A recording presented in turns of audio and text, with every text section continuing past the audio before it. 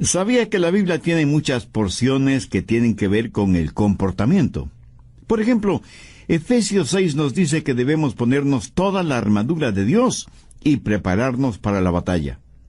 O el capítulo 12 de Romanos, que nos dice las cosas que debemos hacer y las que no debemos hacer. O el capítulo 5 de Mateo, con las bienaventuranzas que nos dicen cómo vivir y actuar. Pero quiero que entienda bien lo siguiente acerca del cristianismo. No es una modificación de comportamiento, aunque muchos piensan que sí. Dios no modifica nuestro comportamiento para poder cambiarnos. Dios nos cambia para que modifiquemos nuestro comportamiento. Recuerde que el pecado es un trabajo interno. El gusano no hace un hueco en la manzana para entrar, sino para salir, porque él nació dentro de la manzana. Lo mismo es con el pecado.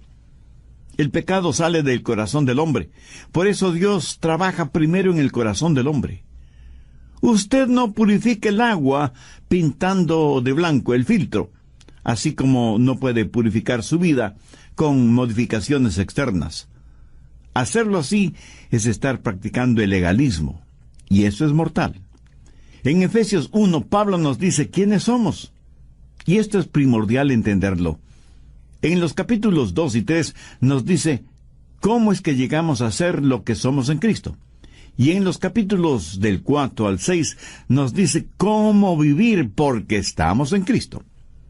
Y siempre es así el método de Pablo. Primero da una porción doctrinal, lo que somos y cómo llegamos a hacerlo. Segundo, cómo vivir de acuerdo a lo que somos.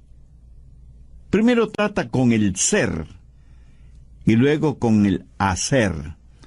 Ahora, si usted comienza con el hacer en vez del ser, si usted no entiende lo doctrinal y sencillamente comienza en lo práctico, será un legalista.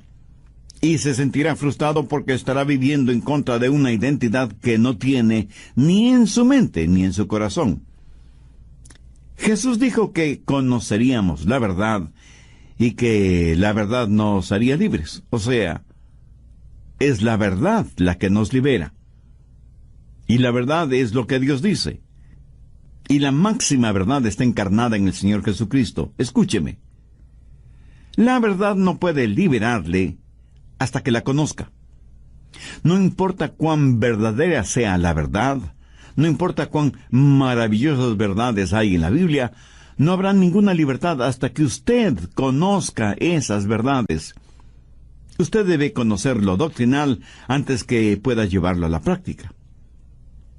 A los bebés elefantes, desde que son pequeñitos, les ponen una cadena en la pata de atrás, y esa cadena está asegurada en una estaca clavada profundamente en el suelo. El elefantito trata de liberarse de esa cadena y no puede. Lo trata infinidad de veces, pero la estaca que sostiene la cadena está bien segura en el suelo. Y con el paso del tiempo, el elefante sabe que no podrá zafarse de esa cadena. Y en los circos, usted ve a esos enormes elefantes sujetos por una cadena asegurada en una estaca que apenas está enterrada 15 centímetros en el suelo. El elefante con su tremenda fuerza podrá romper esa estaca como si fuera un palillo de dientes y liberarse, pero no lo hace. ¿Por qué? Porque en su mente recuerda que en el pasado trató miles y miles de veces de romper esa estaca, pero no pudo hacerlo. Así que ahora en el presente ni siquiera lo intenta. Lo que él cree no es la verdad. Piensa que esa estaca lo detendrá, lo cual no es cierto. ¿Sabe? La verdad que puede hacerle libre, o sea, sacar la estaca enterrada en el suelo, pero no sabe que podría sacarla sin mayor esfuerzo, y vive encadenado, en vez de vivir como lo que realmente es. Vive de acuerdo a una percepción errónea, y es esa percepción la que en realidad lo mantiene encadenado. Muchos cristianos no entienden la verdad. No saben lo que son en Cristo. Nunca han entendido su propia imagen. no saben lo que tienen en Cristo, por lo tanto no conocen la verdadera libertad. Han bloqueado sus mentes espiritualmente y se dicen, ay, no puedo hacerlo, no puedo liberarme, no puedo tener éxito, estoy encadenado a este hábito, estoy encadenado al fracaso y al limitado conocimiento. Mi amigo, eso no es verdad. Pero si creemos que lo que creemos es verdad, terminará siendo verdad en nosotros. Muchos cirujanos especializados en cosmetología plástica dicen que muchos de sus clientes, aún después de una exitosa cirugía plástica, se ven a sí mismos deformes físicamente. Voy a compartir con usted 3 cosas para que tenga una positiva autoimagen, para que comprenda lo que Dios dice acerca de usted. Esto le dará una saludable autoimagen y hará resaltar en usted la verdadera humildad. Primero, reconozca su justicia. Efesios 1:1. Pablo, apóstol de Jesucristo por la voluntad de Dios, a los santos y fieles en Cristo Jesús que están en Éfeso. Si usted está en Jesucristo, si le ha recibido como su Salvador en forma personal, si ha sido bautizado por el Espíritu Santo y pertenece al cuerpo de Cristo, si usted se ha arrepentido de sus pecados y por fe ha confiado en Jesús, usted, mi amigo, mi amiga, ya es salvo. Y no solo eso, usted es un santo, aunque usted no lo crea. La jerarquía de la Iglesia romana escoge a ciertos individuos, hombres y mujeres, que han logrado ciertas cosas en sus vidas religiosas y los canoniza. O sea, los declaran santos y santas. Escuche, nadie me puede hacer un santo, porque ya lo soy.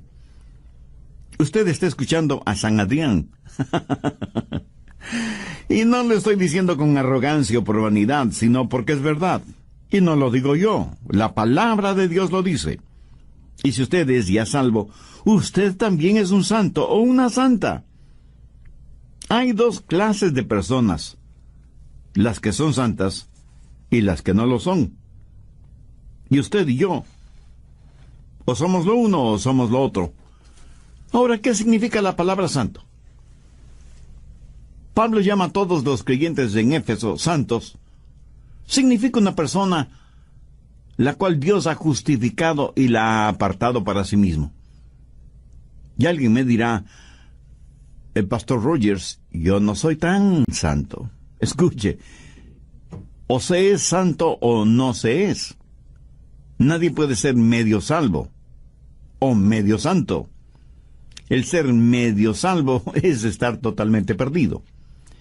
Otros, tratando de aparentar humildad, dirán, yo no creo que debo llamarme un santo. Permítame decirle lo que la humildad es. Humildad es aceptar lo que Dios dice acerca de usted. Y Dios dice que si usted es un santo, usted es un santo, ¿no le parece?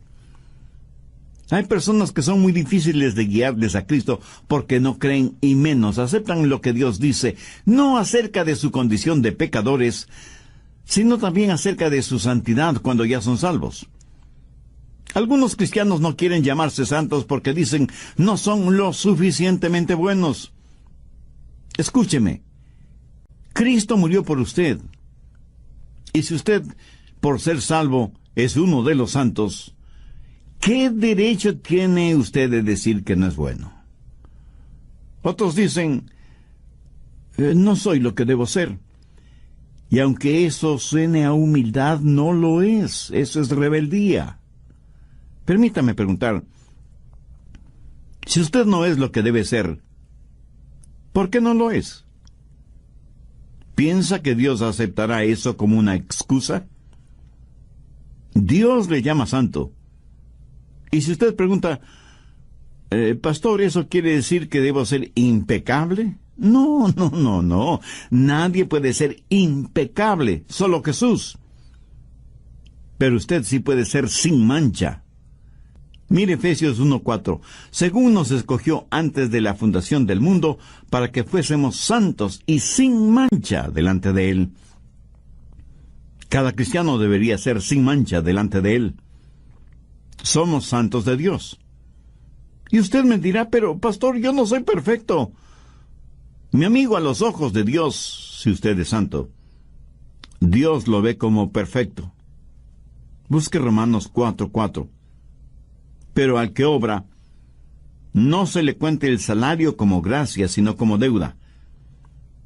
Eso quiere decir que si usted pudiera salvarse por ser buenito, estaría ganando su propia salvación.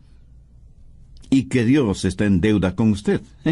Mi amigo, Dios no le debe nada a nadie. Ahora mire el verso 5. Mas al que no obra, sino cree en aquel que justifica al impío, su fe le es contada por justicia. Y en el verso 6 el apóstol dice, como también habla David de la bienaventuranza del hombre a quien Dios atribuye justicia sin obras. La Biblia enseña, porque por gracia sois salvos por medio de la fe, y esto no de vosotros, pues es don de Dios, no por obras, para que nadie se gloríe. Cuando confío en Jesús, el momento que entrego mi corazón a Cristo, en ese mismo instante soy justificado delante de Dios. Soy un santo.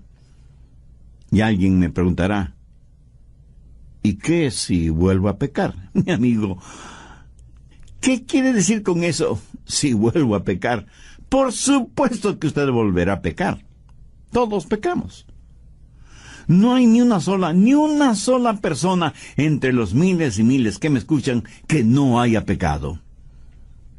Pastor, cuando uno peca después de ser salvo, pierde la salvación.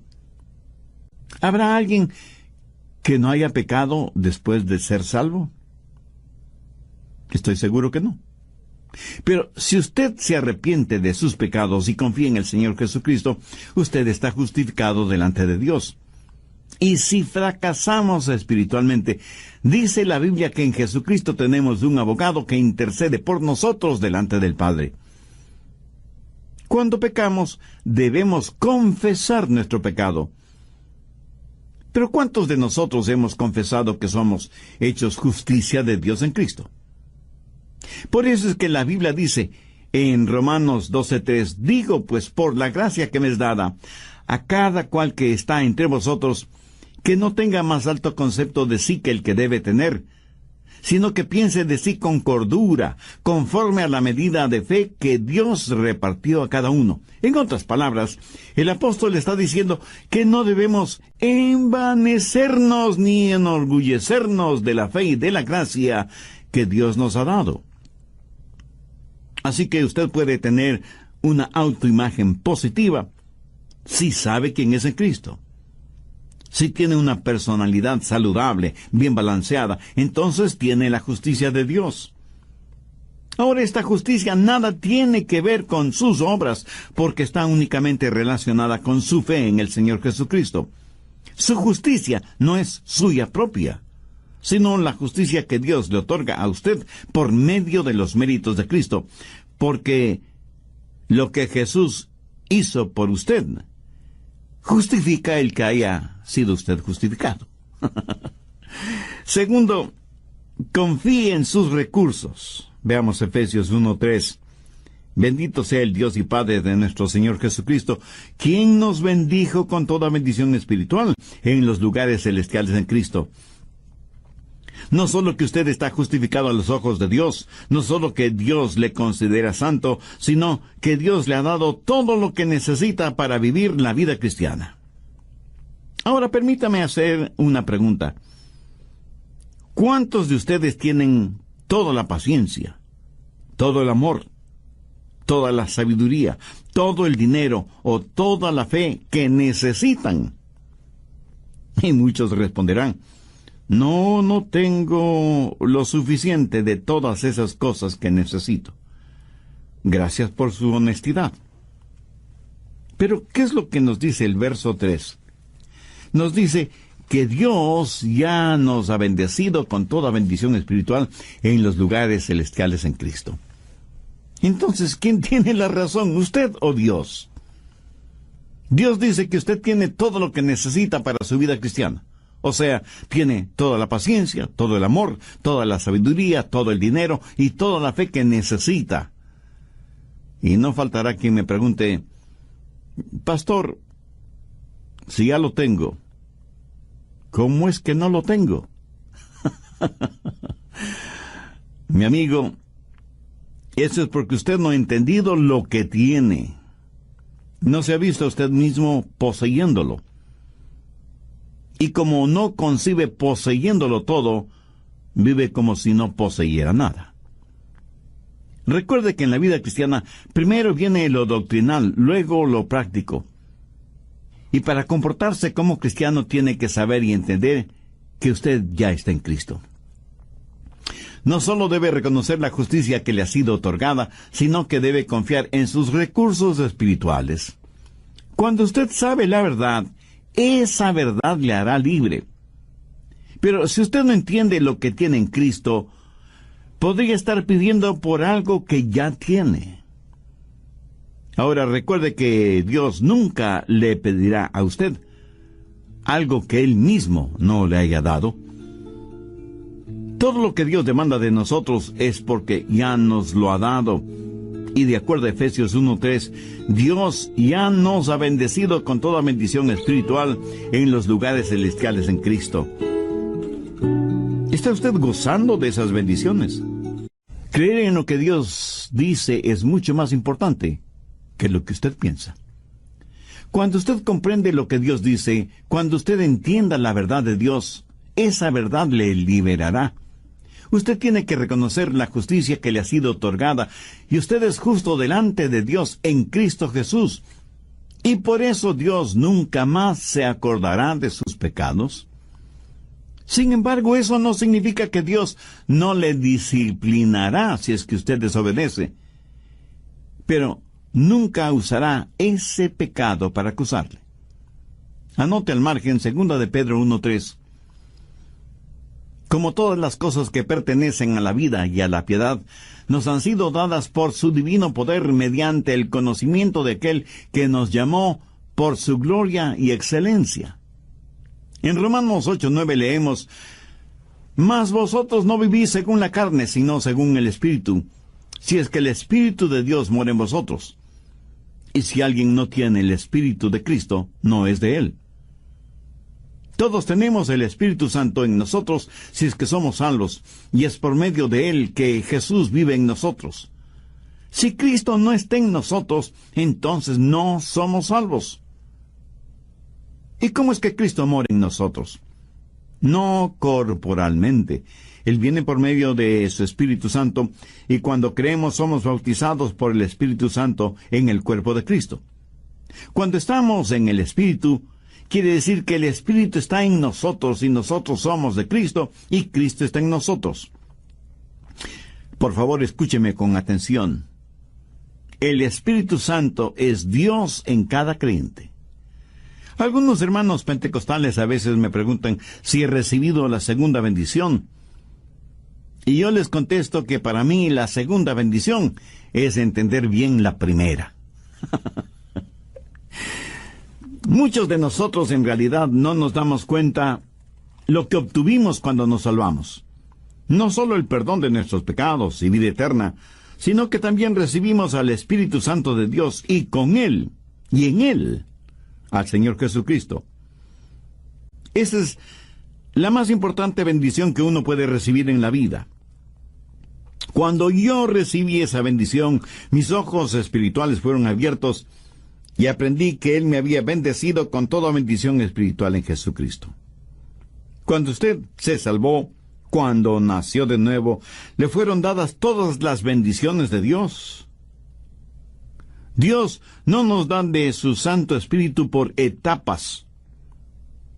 Pablo lo asegura al decir, «Bendito sea el Dios y Padre de nuestro Señor Jesucristo, quien nos bendijo con toda bendición espiritual en los lugares celestiales en Cristo». Y el apóstol Pedro en su segunda epístola, el capítulo 1, verso 3 dice, «Como todas las cosas que pertenecen a la vida y a la piedad nos han sido dadas por su divino poder». ¿Cómo lo obtenemos?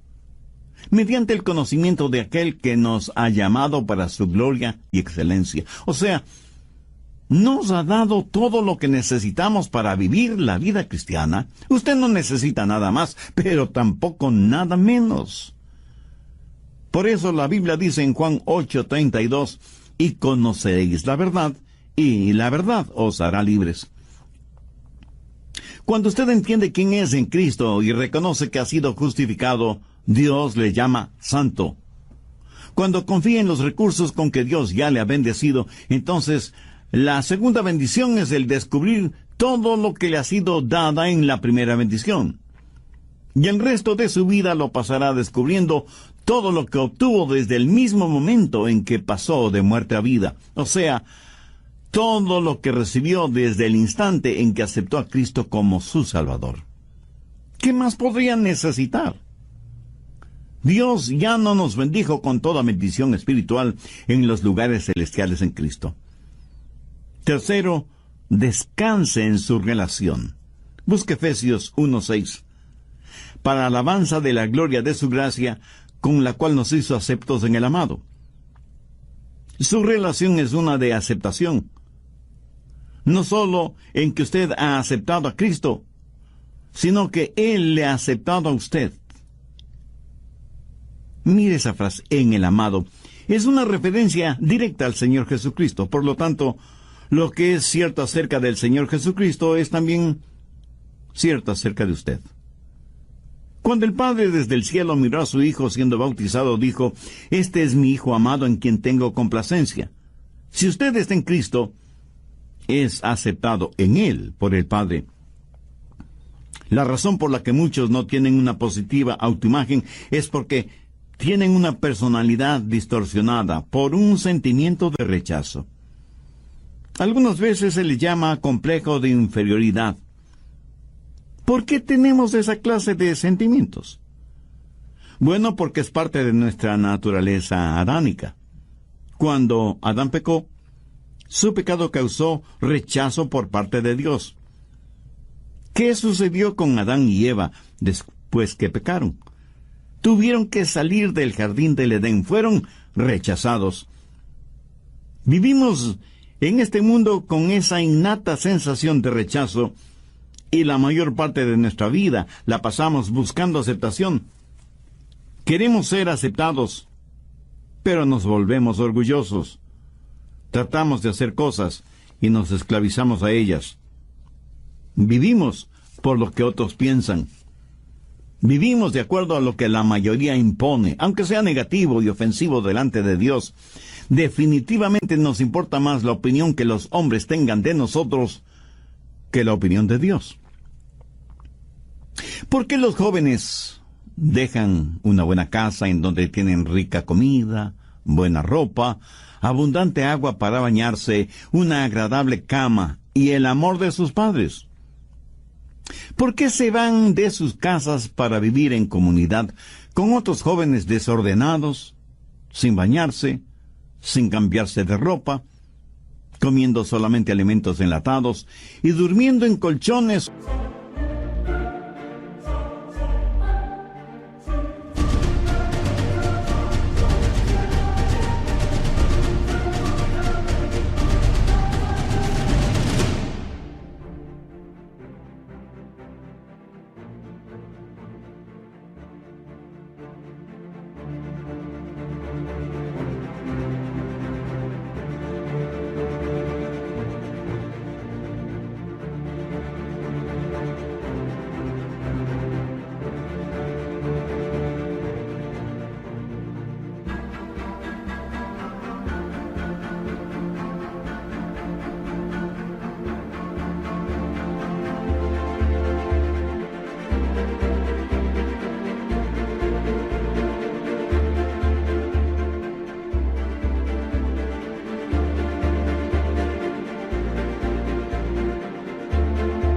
Sucios en donde seguramente han dormido muchos otros jóvenes sanos y enfermos. ¿Por qué lo hacen? Sencillamente porque se sienten aceptados.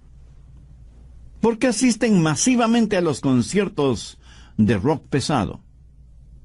Y no me digan que es porque les gusta la música. Eso es puro cuento. Eso podrá ser cualquier cosa menos música. Ellos pueden pensar que les gusta, pueden ser adictos a esa clase de ruido, pero eso no es natural. Eso solo significa que sus oídos y sus gustos musicales están atrofiados. Lo mismo sucede con el licor y con los cigarrillos. Cuando comienzan a beber o a fumar, se enferman, pero siguen bebiendo y fumando hasta que se vuelven adictos. Cuando los jóvenes van a esos conciertos, van no tanto por la música, sino por el sentido de aceptación, por saber que pertenecen al grupo, quieren ser parte de algo, porque tienen la idea de que sus padres no les aman, se sienten rechazados y por eso buscan un hogar extraño, falso, artificial, en donde aprenderán todo lo malo y rechazarán todo lo bueno. Y para ser aceptados, deben vestirse de cierta manera. Los supermercaderes transnacionales dicen que para ser aceptados hay que usar cierta pasta para dientes, cierta moda de ropa, cierto estilo de peinado y hasta cierta forma de hablar. Si no cumplimos con esos parámetros, seremos rechazados. Muchos que se dicen creyentes tienen esta necesidad de aceptación. Aún después de ser salvos, fracasan en entender que ya son aceptados en el amado. Y muchos creyentes se vuelven legalistas y hacen esfuerzos sobrehumanos para ser aceptados y para que Dios les ame. Y piensan, si voy a la iglesia más frecuentemente, o si doy más dinero en las ofrendas, o si oro más intensamente, o si estudio la Biblia, o si memorizo un buen número de versículos, tal vez logre que Dios me ame y me acepte. Mi amigo, mi amiga, eso es trágico. ¿No le parece? Escúcheme, Dios ya le ha aceptado. Así que deje de hacer tanto esfuerzo. Dios, en su infinita gracia, ya le ha aceptado.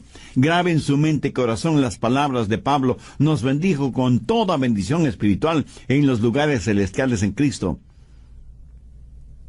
Dios no le cambia para poder amarle, es todo lo contrario.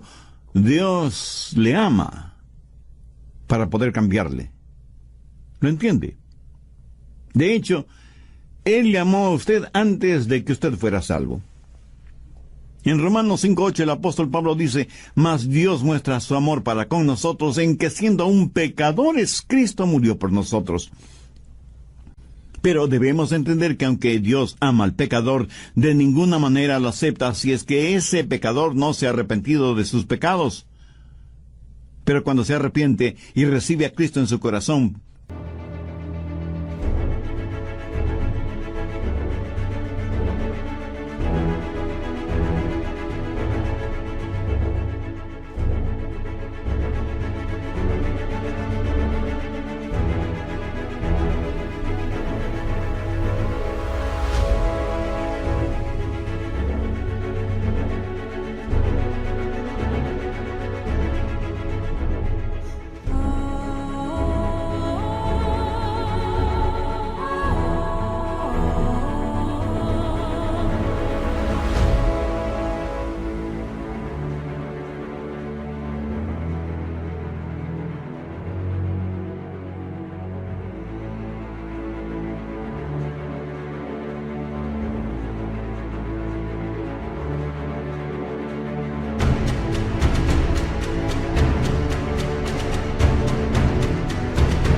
por fe, entonces por la gracia de Dios, el pecador es aceptado porque ya está en el amado. En el Antiguo Testamento se relata la historia de Mefiboset, hijo de Jonatán y nieto del rey Saúl. David y Jonatán habían hecho un pacto de sangre basado en el amor que se tenían, para tener comunión mutua, pelear las batallas del uno y del otro, y compartir todo cuanto tenían. Este pacto cubría también a los hijos.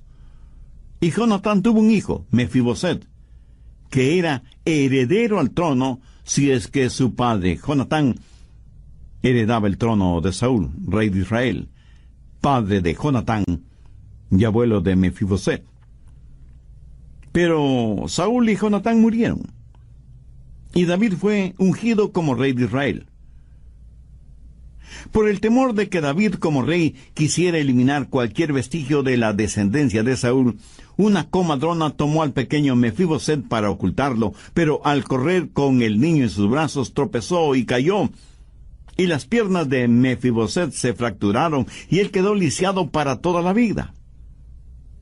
La mujer llevó al niño hasta un pequeño pueblito llamado Lodebar, en donde Mefiboset creció temiendo y odiando a David.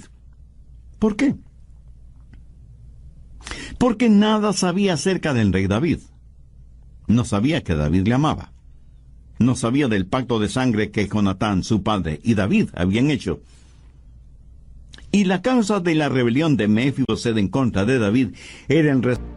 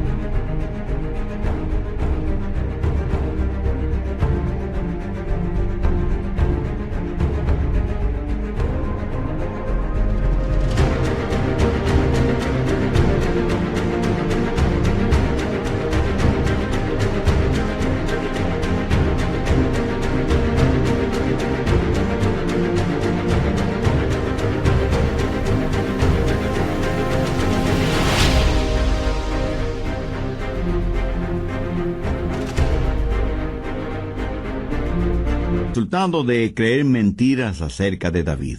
Ignoraba la verdad. Debido al pacto entre David y Jonatán, él, Mefiboset, era amado por David. Pero después de varias circunstancias, David encontró a Mefiboset y lo hizo traer al palacio. Frente a David, Mefiboset puso su rostro en el suelo, pensando que David lo mataría ahí mismo. Pero David le dijo: Mefiboset, yo no quiero matarte. Yo quiero bendecirte. Quiero tratarte como uno de mis propios hijos.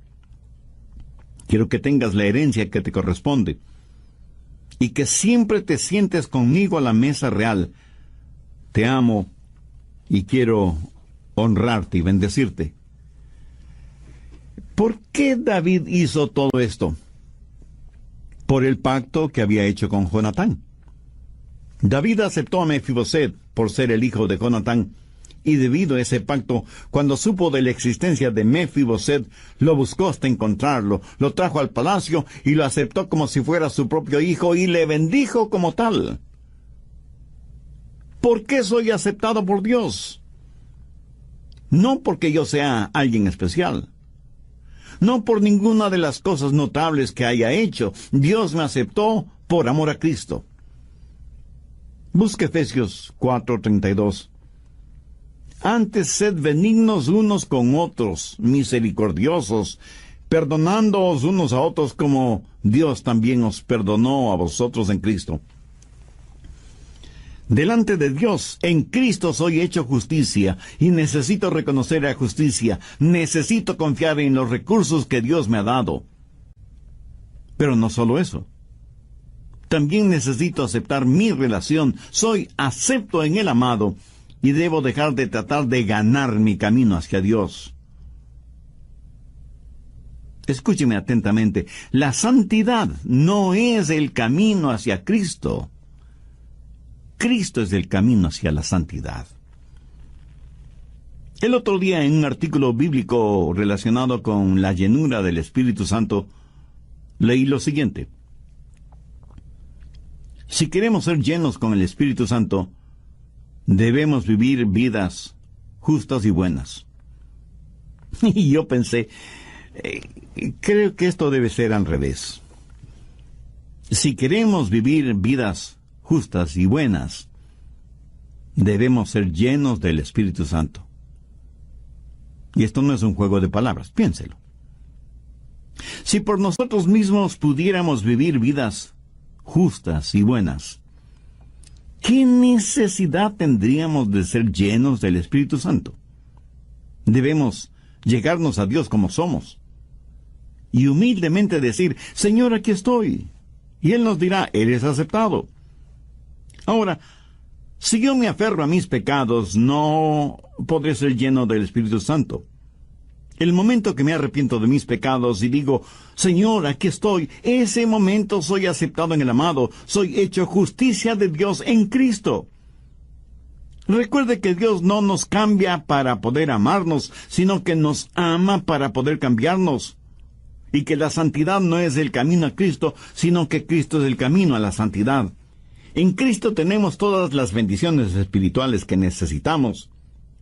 Y en Él somos recibidos y somos aceptados por el Padre. Y cuando sabemos eso con absoluta certeza, tendremos una autoimagen que solo Dios nos la puede dar, que es el comienzo de la imagen de Cristo que Dios quiere que nosotros seamos. Veamos Efesios 1, desde el verso 2. Gracia y paz a vosotros de Dios, nuestro Padre, y del Señor Jesucristo. Bendito sea el Dios y Padre de nuestro Señor Jesucristo, que nos bendijo con toda bendición espiritual en los lugares celestiales en Cristo, según nos escogió en Él antes de la fundación del mundo, para que fuésemos santos y sin mancha delante de Él. Ahora vayamos hasta el verso 6. Para alabanza de la gloria de su gracia, con la cual nos hizo aceptos en el amado. ¿Cómo llegamos a estar en Cristo? Por arrepentimiento y fe. Eso nos hace miembros del cuerpo de Cristo. ¿Qué significa estar en Cristo? Permítame ilustrar esto de la siguiente manera. Suponga que yo le pongo a usted en un barril. ¿Dónde está usted? Pues en un barril. Luego yo pongo ese barril en un río. ¿En dónde está usted? Dentro de un barril en el río, ¿correcto? Bien. Si usted es un creyente, ¿dónde está usted ahora? Pues está en Cristo. ¿Dónde está Cristo? En los lugares celestiales. ¿Ya lo entendió? Lo que es verdad acerca de Cristo es verdad acerca de usted. Jesús está en el trono, sentado a la diestra de su Padre. Todas las cosas están a sus pies. Y cuando usted entiende quién es usted en Cristo y habla de tener una buena personalidad y aceptación propia y autoimagen, usted lo tiene todo. Y no se enorgullecerá por eso, sino que más bien se humillará. Recuerde que la verdadera humildad es aceptar lo que Dios dice. Y conoceréis la verdad, y la verdad os hará libres. ¿Es usted ya verdaderamente libre? Solo Cristo puede darle esa libertad. ¿Tiene ya a Cristo en su corazón? ¿No le gustaría hacer esa decisión espiritual ahora mismo? Si ese es su sincero deseo, le invito a orar conmigo una sencilla oración. Dios eterno, vengo ante ti sabiendo que soy pecador y estoy necesitado de tu perdón y de tu misericordia. Señor Jesús, en la cruz del Calvario tú ofrendaste tu preciosa vida como pago por la culpa de mis pecados. Gracias por tu incomparable amor. Este momento y con profunda fe te invito a que vengas a morar en mi corazón y seas mi Salvador y mi Señor. Ayúdame a ser la clase de persona que tú quieres que sea y hazme un instrumento útil y de bendición en tus manos, porque lo pido en tu santo nombre.